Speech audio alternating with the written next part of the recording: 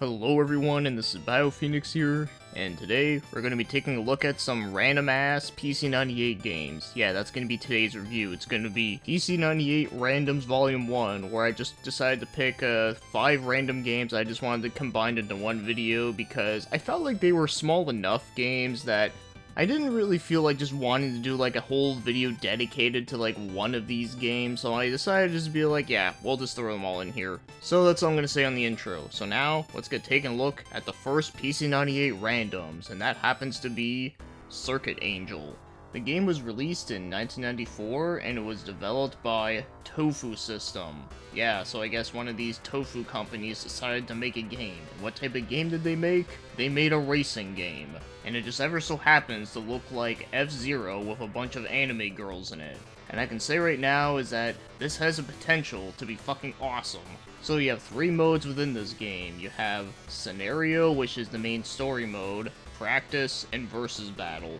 And there are 4 playable characters within the game, though there are some other characters that do show up later on in the story mode that you do race against, but I don't know if you can unlock them though, but you can at least play as 4 of them. So yeah, like I already said, this game is basically just like F-Zero on SNES. You just race around the track against one opponent, and then you have to try to beat them by going over the lap. So yeah, not much I really need to say on that, unless you never played a racing game in your life before, which if you're here, I'm sure you have at least once. But before we move on, I also do have to mention that yes, as you can see that the character that you're going up against is on the side, and as you're in first place and as you're farther ahead, yes, they actually do kind of start to like take their clothes off. Yeah, talk about a good way to distract the player. But I will say that these uncovered scenes are pretty tame here, but if you do happen to come in first place and you get them totally uncovered, so meaning you just totally decimated them throughout the race, then you do get a complete nude CG, so yeah, it's one of those kind of games. So yeah,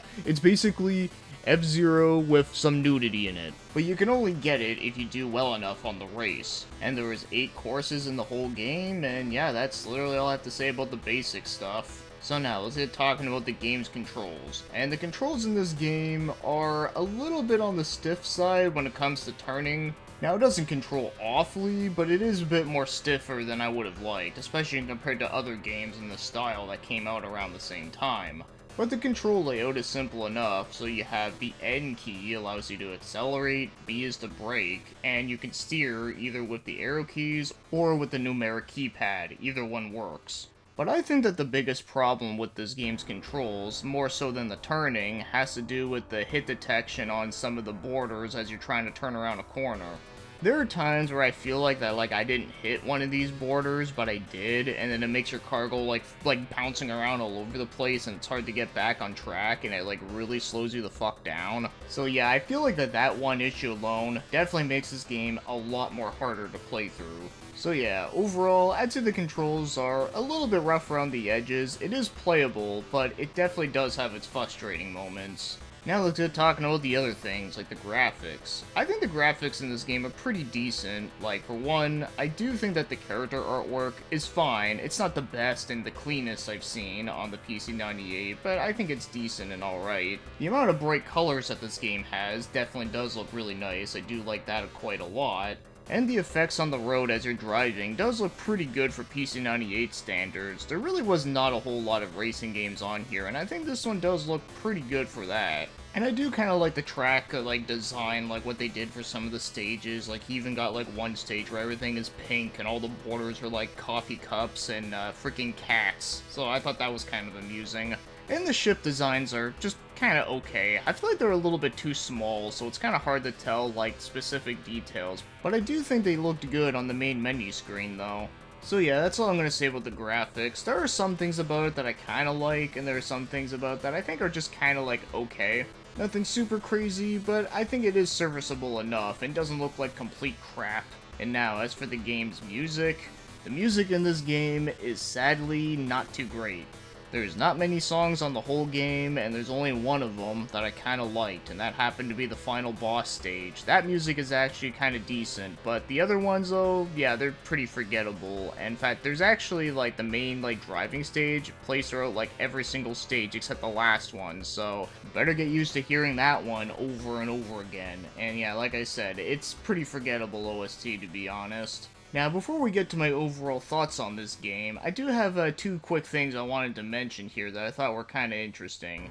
So first off, there's actually an obscure OVA called Circuit Angels, the same name as this game, and it happens to be a racing anime with girls in it, but they're driving motorcycles. Of course, it's unrelated to this, but I just figured I'd mention that, yes, there is actually something out there that has the same name as this, and is pretty similar.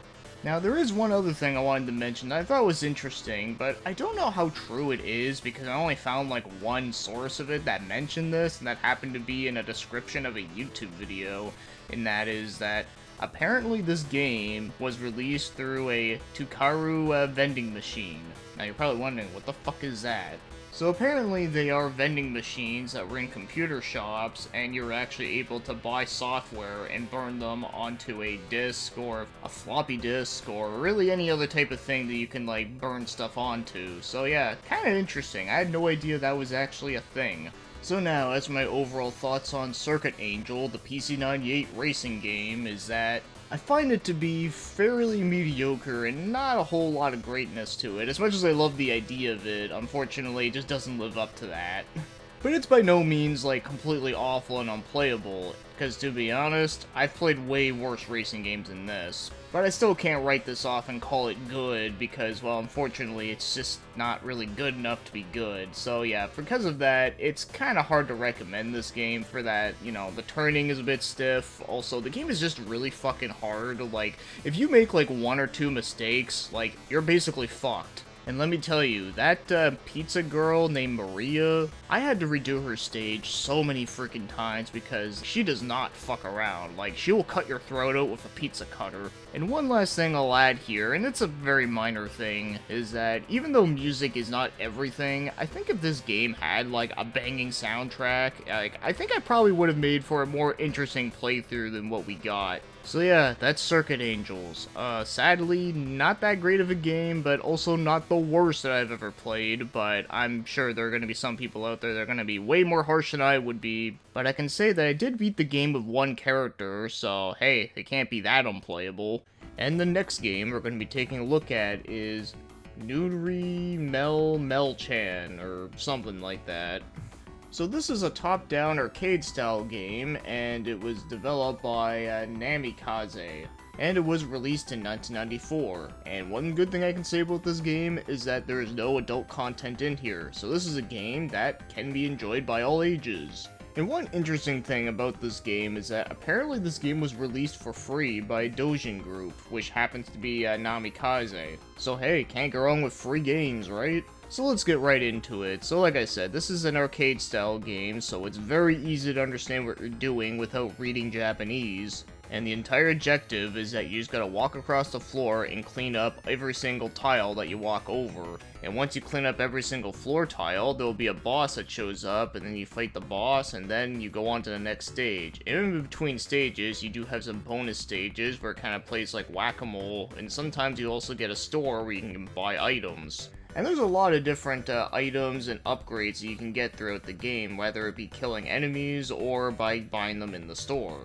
And that's pretty much the game here. Like I said, very simple and easy to understand. This game definitely reminds me of something that I played on like, you know, like Newgrounds or Miniclip back in the day. You know, like a Flash game. So now let's get moving on and start talking about the game's controls. And the controls in this game I think are pretty decent. They do work well enough for what they are. So you got Z to attack, then you got X to use up an item in your inventory, and Shift uses your magic attack, which uses up MP. But as for the reason why I say that the controls are decent, it has to do with the moving. Sometimes whenever you try to turn around and hit an enemy, it can feel a little bit stiff, and sometimes I feel that the enemies can go like really fast and they can get a hit on you before you realize that you gotta turn yourself around and attack. So my tip for this is that once you see an enemy like heading towards you, you want to turn around as soon as possible, stop what you're doing, and then just hit them. Because it is pretty hard to just turn around and hit them as you're trying to like clean up an entire row in front of you. So yeah, that's basically my only complaint with this game, but even then, it's not even that bad.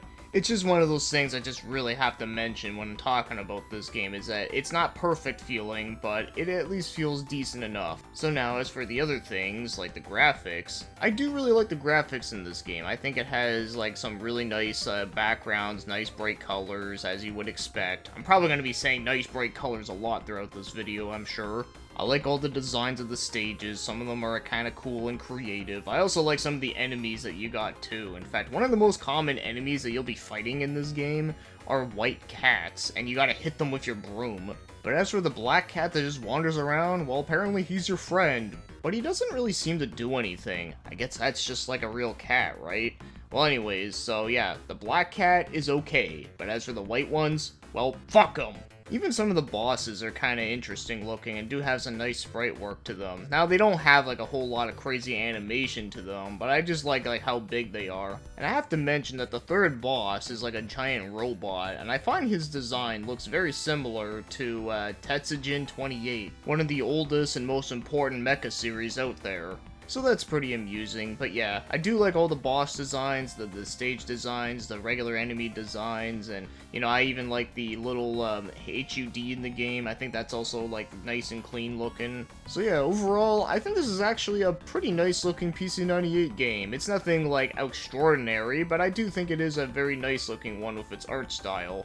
And as for the game's music, the music in this one, I think is pretty good. It's nothing like overly amazing, but I do like it, and I think I definitely do like it more than the racing one that I just took a look at. So the music is very upbeat, and definitely does remind me of another game I played. I want to say it was Zack Gaiden, you know, the spin-off to the Zack series. I know I've talked about it like a couple years ago. Yeah, it sort of reminds me of that game a little bit, but I also would say that I think I like this music a little bit more. So yeah, overall, I'd say it's pretty good.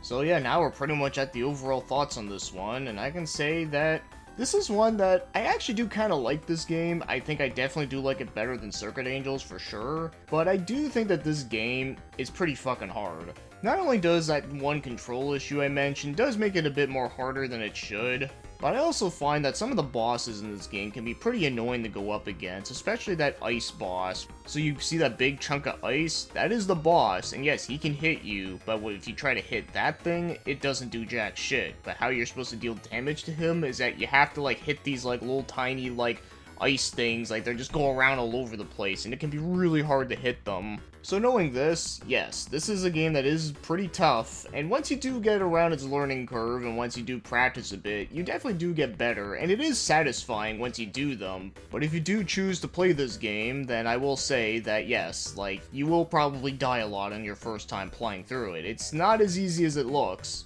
But for a game that was released for free, I think it's pretty damn good. Like, there's many times where I played games that were released for free and were not nearly as good as this. And I definitely like the effort that they put into, like, the graphics and the music. Like, they could have made it, like, way more simplistic looking than this. But nah, I think they did a pretty good job on it. So yeah, like I said, Nuriri Mel Mel-chan or whatever the hell, I have to say, overall, I kinda like it. And the next one we're taking a look at is Chitty Train. So what is this? Chitty Bang Bang? Okay, well anyways, so this game was developed by Bit2 and was released in 1993, and interesting enough, this game was actually fan translated. Yeah, the fan translation was done by Snowy Aria. And they happen to do a lot of very interesting games, like they did the translation work for Eru, King of Crusher, Seven Mansions, which are games that I've all reviewed before they got fan translated, but they definitely worked on some really cool stuff. And then they worked on this game. And it makes me wonder, who was the person that requested this game as their #1 most anticipated game to get fan translated? It's probably this guy. Yeah, listen to that bell. Oh, take a look at that. Oh my God! Woo! Listen to that horn! Oh my God! Oh, she's beautiful! Okay, I'm just joking around, but I really do think that it is cool that this game did get fan translated though. I don't know why, I just think it's just amusing that someone who worked on a really cool horror game, and then moved on to another really cool horror game, and then they worked on a random ass game of trains. Well anyways, with all my dumb lame jokes aside, as you can tell, This is one of those puzzle games where you gotta get your train and get all the people on board, and you gotta reach to the exit without getting hit by other trains. And there are parts of the track where if you click on them, you change the direction. And during on some maps, if you do right click, you can drop a traffic light, and any train that goes by it will stop immediately for a couple seconds and then will just keep on going. It's very useful if you want to be able to just stop a train in their tracks in case they're getting too close from hitting you. And yeah, that's pretty much the game. It's very simplistic. And like I said about the other game, this is another one of those games that definitely feels like something I would have played on a Flash game website. And I'm willing to bet that there's very similar games to this on mobile phones. And I have a feeling that some of those train mobile puzzler type games don't have the same amount of detail when it comes to this game's graphics, which, let's talk about that. So yes, the graphics in this game I think are really nice. Like, I like all the backgrounds in the game. There's a lot of like cool little aesthetics that they have. I like all the detail that they put into the backgrounds. There's a lot of different sprites in the background that you can just take a look all over. Of course, you don't want to focus too much on them when you're trying to focus on the game, but still, like, they're just very nicely done looking. And I do like the design of the trains as well. In fact, there's a couple different train designs that you can pick as your main one. So yeah, just like a lot of PC-98 games, this one just has a really nice pixel art style that I just really like a whole lot. And it makes me wish we had more easy to pick up and play mobile games in this sort of style, because I'd be more than willing to just download them to try them. And as for the game's music, it's okay. It's a little forgettable, but it's not bad. It's not horrendous or anything, but, you know, I think it's a little bit average. But the one thing I do have to say about the sound, though, is that when your train crashes, it's, like, super fucking loud. And this is a game that you will die a lot, so you better get used to that shit. But yeah, overall, there's really nothing much I can say about the music, sadly. Like, it's not good, it's not terrible, it's just very middle of the railroad. Alright, and as for my overall thoughts on this game, well, it's one of those games that's so simple that there's really not a whole lot that I can really say about it, and I'm not gonna talk down to you all like you're just a bunch of little babies who's never played a video game before. But I can say that it's simple, it works, it can be fun, but it can also be very damn frustrating. And trust me, I've died like a bajillion times in this game. And thankfully there is unlimited continues, and there's quite a lot of stages in this game too. There's about 30 of them. So if you do like these sort of games, then yeah, you'll probably like this one, but I do think that the difficulty gets really hard though, because sometimes you gotta get like really fast and like clicking on the different things in like less than like a microsecond. So if you're one of those guys who's like super obsessed with RTS games, who can like click on like a bunch of things like super damn quickly, yeah, you can probably ace this game like no problem. But yeah, I'm just gonna end it off and say that I am slightly disappointed that this game didn't suck. Because of the off chance that it did suck ass, I could have easily just made fun of the game by calling it Shitty Train. But nah, it's not bad, it's just not a game that I don't think I'm gonna go back to this one anytime soon. And the next one we have in this one happens to be Dungeon Walkers, and it was developed by Studio Ray, and unfortunately, I could not find a release date for this game. I didn't see any of them in the game, and I also just didn't find any online. So it's pretty tough to find some information on this game. In fact, I couldn't even find a basic write-up, so I can't really say much about the story. Even when I tried translating it on my phone, it was very hit and miss, but what I got out of the story was that you're playing as a character named Elisa, and you have to stop an evil lord that's hiding within a series of dungeons. And yeah, did I mention that this is a dungeon crawling RPG? Yeah, I decided to throw one of these in this video. So when you first start the game, you're in the town, and I'm not going to go like crazy in depth here, because I'm actually going to put up the translations on screen that I did with my phone, and thankfully they actually worked well here. But yes, you got a store to buy and sell stuff, you got a healing station, a save station, the dungeon itself, and then options. So once you're able to recognize what these menus are, it's all very easy stuff that I really don't need to explain much about. But just like most dungeon crawlers, you just go around in the dungeon and you explore, and you have to fill up the map. And the fact that this game even has an auto map feature at all is pretty impressive, and I like it. Though it's not perfect though, because there's still some parts about it that are a little bit confusing. For an example, there's no symbol on the map indicating like what's like the up and down stairs, or what are the stores, or like anything like that. So that can be a little bit confusing, but outside of that, I'm just glad that this game actually does have a map, because there's a lot of early dungeon crawlers out there that don't even have anything like this at all. And another feature about this game that I do really like is that the character portrait, like depending on the weapons that you have equipped and even the armor, it will change what the character will look like, which I think is really cool. And you'd be surprised how many more like newer RPGs don't even have stuff like this. So yes, this game does have some pretty nice features like this that I thought were kind of impressive for the time. But then as for the game's battle system, it's your very basic turn-based, so you just got regular melee attacks, you got magic spells, using items, and then running away. And thankfully, using the items are all indicated with symbols, which I think is very helpful. So yes, the battle system is nothing crazy unique or anything. In fact, I find it to be very similar to the original Dragon Quest. But the one thing about this battle system that I do think that does make it hold up a lot better than like a lot of like the really early NES RPGs is that the battles go by so freaking quickly in this game, especially whenever you run into like a bunch of them in a row. Like you can just like cheese grate through like all of them in like less than 5 seconds because of the way how you can skip through the dialogue. So this is one RPG that you don't even need a freaking turbo mode to get through it. And I will admit, this game does have a very weird and sporadic encounter rate, but even still though, you can get through the battle so quickly that it doesn't bother me at all. And one other thing I have to mention before we move on is that this game surprisingly does not have any hentai content at all. It's actually very safe for work. Yeah, even though it has like a bunch of like cute girls in it, like as like the enemies and even yourself, you'd think they would like splatter that all over the place, but no, they didn't, which is kind of shocking. So now, let's get moving on to the other things, like the graphics. And the graphics in this game, I really like them a lot here for, you know, like I've been saying a lot, the bright colors of this game I think are really nice. I like the UI in the game, especially, you know, like I already said, the fact that your character portrait changes depending on the items that are equipped. The items in your inventory also do look really nicely done and are easy to understand what they are. And the backgrounds also do look really nice too. I like the way the town looks, I also like the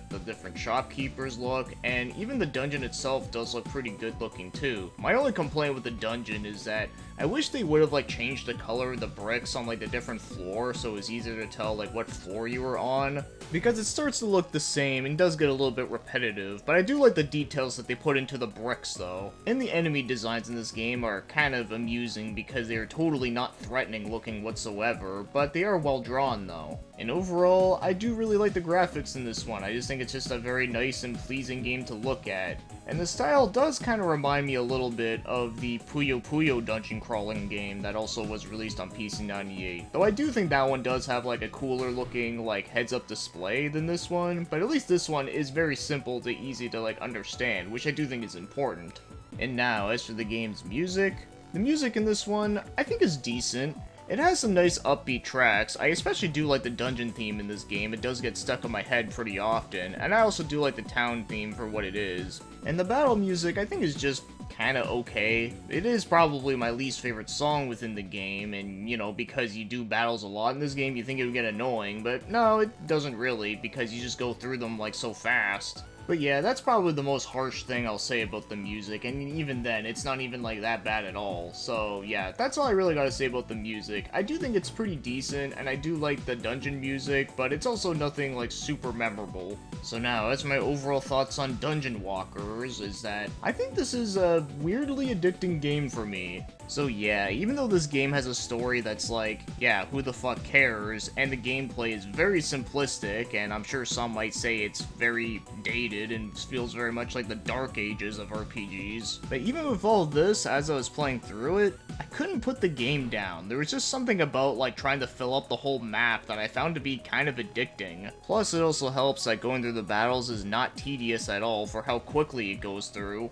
And I find the game is pretty well made for the time it came out. Well, whatever time it came out. I assume this game came out in like the early 90s, so yeah, for like a dungeon crawler that came out in the early 90s, I think this game does have some pretty impressive things going for it.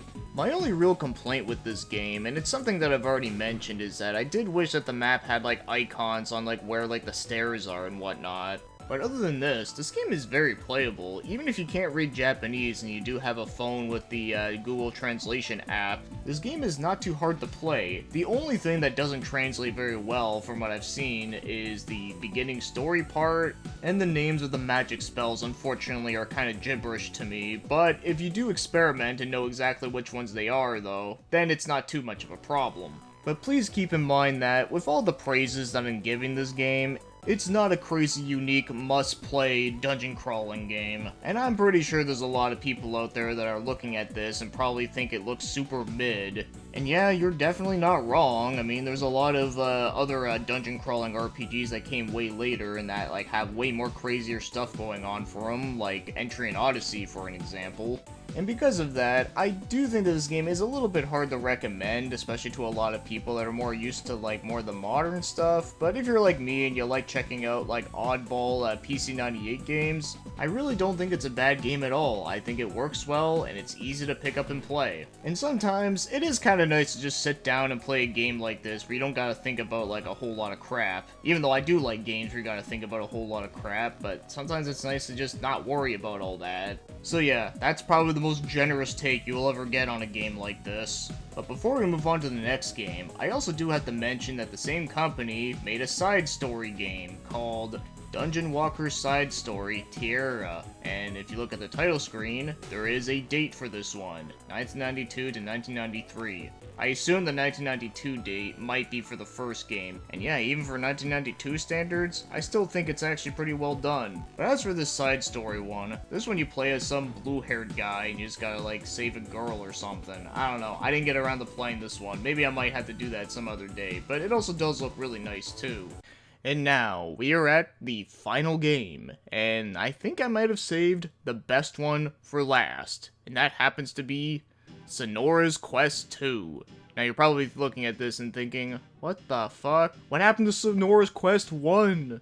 Well, as far as I can tell, there is no 1. Or maybe there is a 1, but maybe it just didn't get released. But yeah, like if you type in Sinora's Quest 2 or just Sinora's Quest PC-98, you'll barely find results for this game. It almost seems like that this is one of those games that was not meant to be found, but I did it anyways, because, well, who else is talking about this shit? Like, is there any Sinora's Quest fans out there? So anyways, this is another game that I can't find the exact release date for it, but as you can tell, it's an action platformer where you control a wizard, cat, mouse thing, I don't even fucking know. Let's just get one thing out of the way first, is that the graphics are so bad that I can't even tell what the main character is. He looks more like a cat, but then with his tail, it kind of looks like a mouse, and also just like the way how his nose and his whiskers are, also kind of looks a little mouse-like. I don't fucking know, but anyways, let's just get right to it. So when you boot up the game, you have an open world, and as you can tell, there's over 30 levels. Yeah, 30 levels are in this shit. So you just go across the map, you select the level, and then you just play through the level and try to get to the door. And you collect crystal balls, and if you get 100 of them, then you get a level up, but they also fill up your mana meter, which allows you to cast magic spells. And you can kill enemies with it, along with jumping on them. And the end of the level is either a red door or a blue door. And apparently the blue door is more of the 100% completion, where the red door is like sort of a shortcut. I guess it's supposed to be for scrubs who suck at video games. And that's pretty much the whole game. It's the most generic platformer ever. And as for the game's controls, well, they're definitely not that good. Not the worst that I've ever played, but definitely very janky. So you use the numeric keypad to move around, which is not my favorite thing ever. And you use the 0 key, which is underneath the numeric keypad, to shoot magic, which is pretty awkward as it is. But one other thing that's really weird about the controls is that you could press up to jump, but you could also press down to jump. Like, why? And the jumping feels really floaty, and also trying to turn around does feel a little bit slow responding. And I also have to mention that this is one of those games where you die in one hit. That's always fun. So now let's get moving on to the other things, like the graphics, and I kinda already comment on it, but they look like complete shit. And I'm pretty sure as soon as I showed off that title screen, you're probably thinking, there's no way this is an actual PC-98 game. How does the system put out graphics like this, but also put them out like this? Like, such a huge difference. So we already got the main character out of the way that, yeah, he just looks like a complete mess. Hell, now that I'm looking at this victory screen, he doesn't even look like a cat at all. He just looks like some gray dude who just happens to put whiskers on. Like, what, is he supposed to be a furry? The enemies are completely forgettable and also just look like crap. Also, there's barely any details to any of the backgrounds at all, so what you're looking at here is just everything done in one solid color. Almost seems like this game was made entirely within MS Paint. And I'm pretty sure anyone that can use MS Paint could probably recreate this whole entire game within it, and possibly make it look better. And one last thing I have to say is that the entire gameplay is not even full screen. It's like everything is in this like little box and there's like nothing on the HUD. If they would have put at least like a really cool looking HUD, I could understand that, but no, it's just fucking black. Also, the font just looks like it was just hand-drawn really poorly. In fact, it even looks worse than Comic Sans. And for real, this will be the last thing I'll mention about the graphics, is that when your character reaches one end of the level, they didn't add any sort of graphic to make it look like a wall or something. No, they just had to make it pitch black. So it looks like you're facing the end of the world. And it just makes it look like that this in-game world of Sinora, or whatever the hell it's called, is trapped in a weird dimension, being controlled by Cthulhu himself. Or maybe the game developer just didn't feel like coloring anything in within the darkness.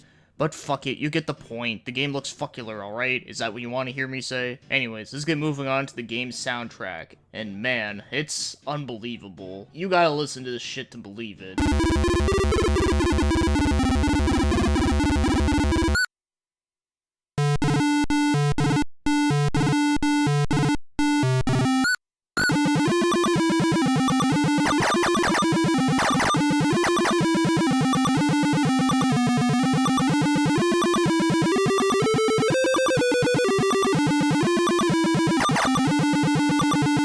Yeah, I think we finally found a game that might give Crazy Bus music a run for its money. And speaking of Crazy Bus, one thing that I will give credit to that game is that, as shitty as the music is in it, at least it only plays during the title screen. Once you're in the game, it's just silence, and you know what, you don't gotta hear that terrible mangled mess of noise, but in this game, the music never fucking ends. And no matter where you are in the game, the title screen, the map screen, any of the levels, there is no good song within this game. Every song in here is damn near unlistenable. I would even go as far to say that the music in this game is even worse than John Lennon's solo album, Unfinished Music Volume 1, Two Virgins. In case you don't know, that was the album that John Lennon put out with Yoko Ono, where they're both naked on the cover. And the funny thing is, if you bought that album back in the day, stores had to give it to you in a paper bag. So I guess you could say, John Lennon released an album where they gave you a free barf bag. That's probably what most people use the bag for after they listen to the fucking album. But anyways, okay, we're getting a little off topic here, but then again, the unfinished music from John Lennon is very interesting for the history purposes of it, whereas for the music in Sinora's Quest 2, yeah, there's barely anything here to comment on other than that it actually is worse than that album, and that's saying a lot. Now, before we get to my overall thoughts on this game, one thing I do want to mention is that for all the shit that I'm saying about this game, I don't know if this was a game that you had to actually buy, or if this is like that other game I talked about where it was released for free. Would anyone really choose to play this game for free? I mean, you'd be pretty hard-pressed to find many people that actually would. And coming from someone that did play it for free, granted through emulation, but still, this game just is not worth it. There's so many other games you could be playing. You're better off playing a Japan-only visual novel that hasn't even received a fan translation yet, more so than this fucking game. Yeah, no joke, I think this is probably the worst PC-98 game that I've ever played. Yes, worse than that one hentai fighting game that completely sucked ass, even worse than that really controversial one, Saku Saku, whatever the hell. But this game right here, man, I'll tell ya, this is just a really sad game. It almost seems like this was a game that wasn't meant to exist, but it does for some reason. And I forgot to mention that this game was developed by Roron World. I have no idea who they are. Like, I tried looking them up and I found jack shit. But whoever these people are though, just wow, like, they did it. They really did it. And to think that this is Sinora's Quest 2, you gotta wonder what the first one was like.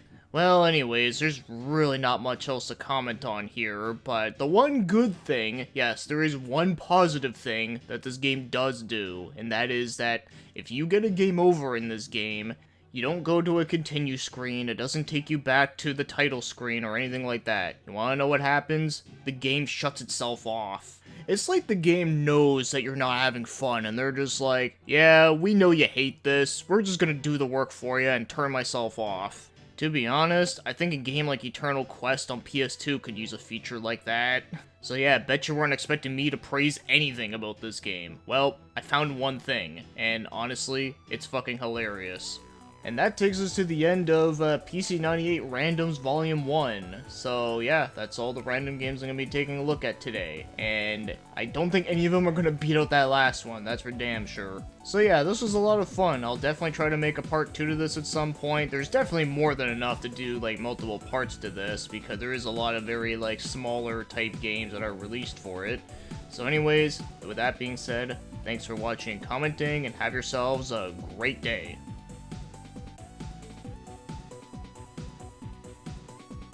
Best!